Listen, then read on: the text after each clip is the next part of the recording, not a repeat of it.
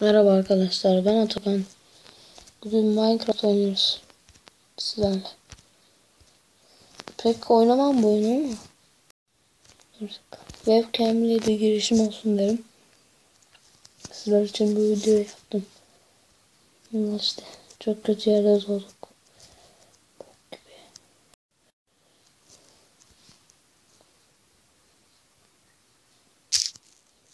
Yani crafting.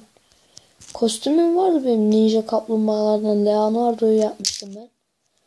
Ama kendi kendine silindi nedense. Hiç hatırlamıyorum.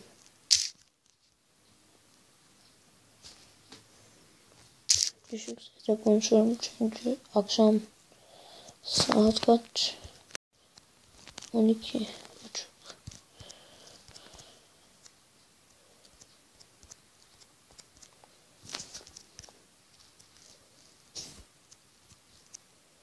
Bu oyunu o kadar bilmiyorum da taktik önemli, çok önemli bu oyunda. Mantık, taktik, strateji.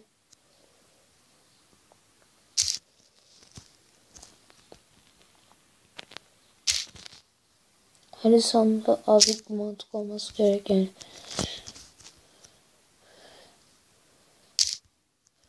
Bazıları evini dekor için yani başka malzemeyle yapar. Bazıları ne bileyim gitar şeyle yapar. Durun bir dakika bunlar. Bir saniye. Evet. Şunu kapatayım kendime anlamasın.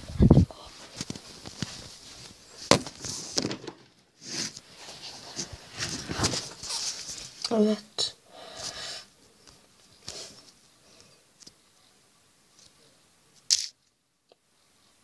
Parmağım hep. İşte görünmüyor. Ne çünkü. Bakalım oynayayım.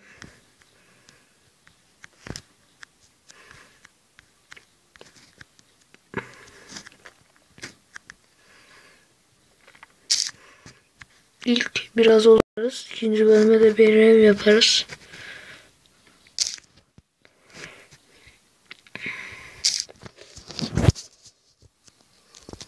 Bir dakika ya, ekran parlaklığını hazır tutalım.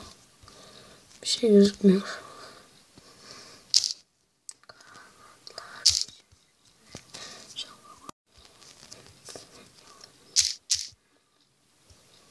Biraz arkadaşlar uykuluyum.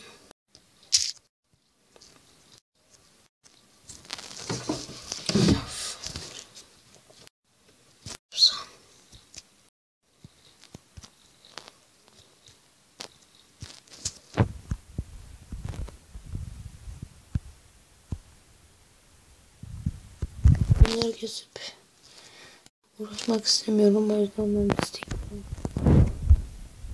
kılıç yapıyorum.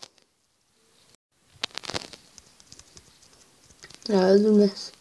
Hiç sevmiyorum.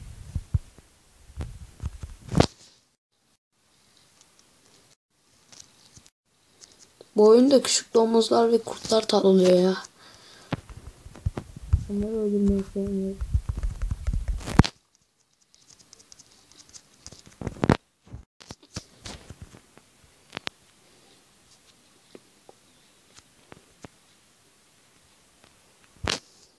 Şu tavukları hiç kesmiyorum. Kesmeye ihtiyaç duymuyorum çünkü liseye başlamıştım.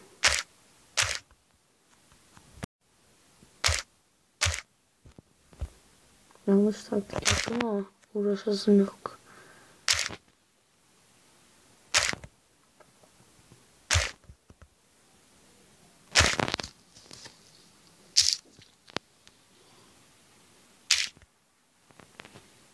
Kaç tane topladık? 7, 12.